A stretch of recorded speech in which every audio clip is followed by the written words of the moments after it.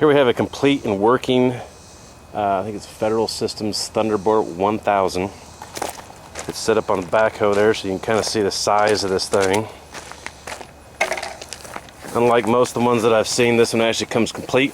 You've got the actual motor, the blower, and this is actually all hooked up with the original panels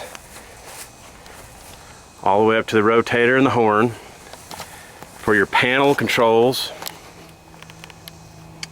You've got a complete setup to test the whole system out, and this is all original.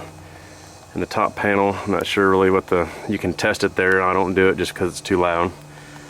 And you got the wireless transmitter here. This has all kinds of stuff in there, and this one has all the stuff in there. That's to remotely turn this whole thing on and off. This has all the original contactors and controls, fuses, all the way down to the original junction box that I've got it hooked up to.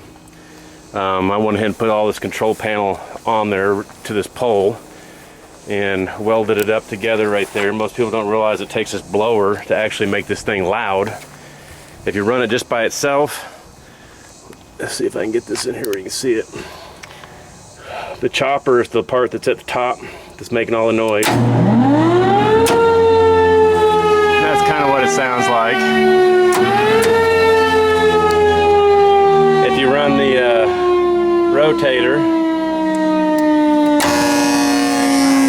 you'll actually get the siren to rotate around here. That's without the chopper on. Chopper's just spinning down. We'll let it go ahead and rotate all the way around.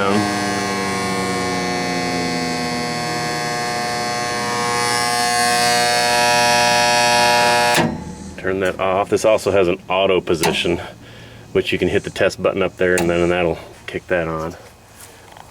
And then for a full actual blower test, I'll kick the blower on here for a second so you actually see it run. And that's only a second because I don't have the chopper go.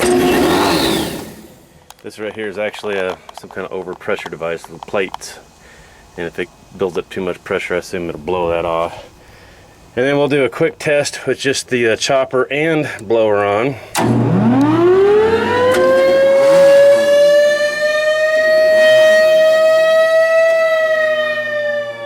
That was just barely a test. And now this also has a chopper adjustment on there. If you notice the thing there, it says no, connect chopper leads to terminal C and 5. If changing the top frequency is desired, there's a chart on the door, and you can see there's all the connectors for all the different frequencies you can use.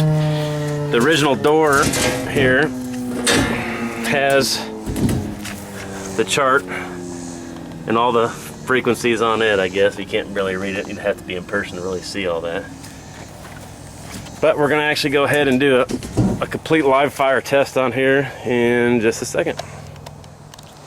And just in case you couldn't tell, this thing will actually stand up on its own. I got it strapped into a box. That's what all those cables are right there, so that it won't fall over when I move it around with the backhoe. This is the original doghouse box that's with it. It's actually in really good shape for the blower. It's a blower cover box.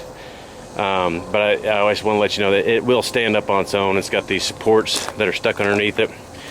I don't know if you can see very well from here. Yeah, they're there. And it'll stand up really well on its own, especially if you bolt it down. It's more than strong enough to hold it up.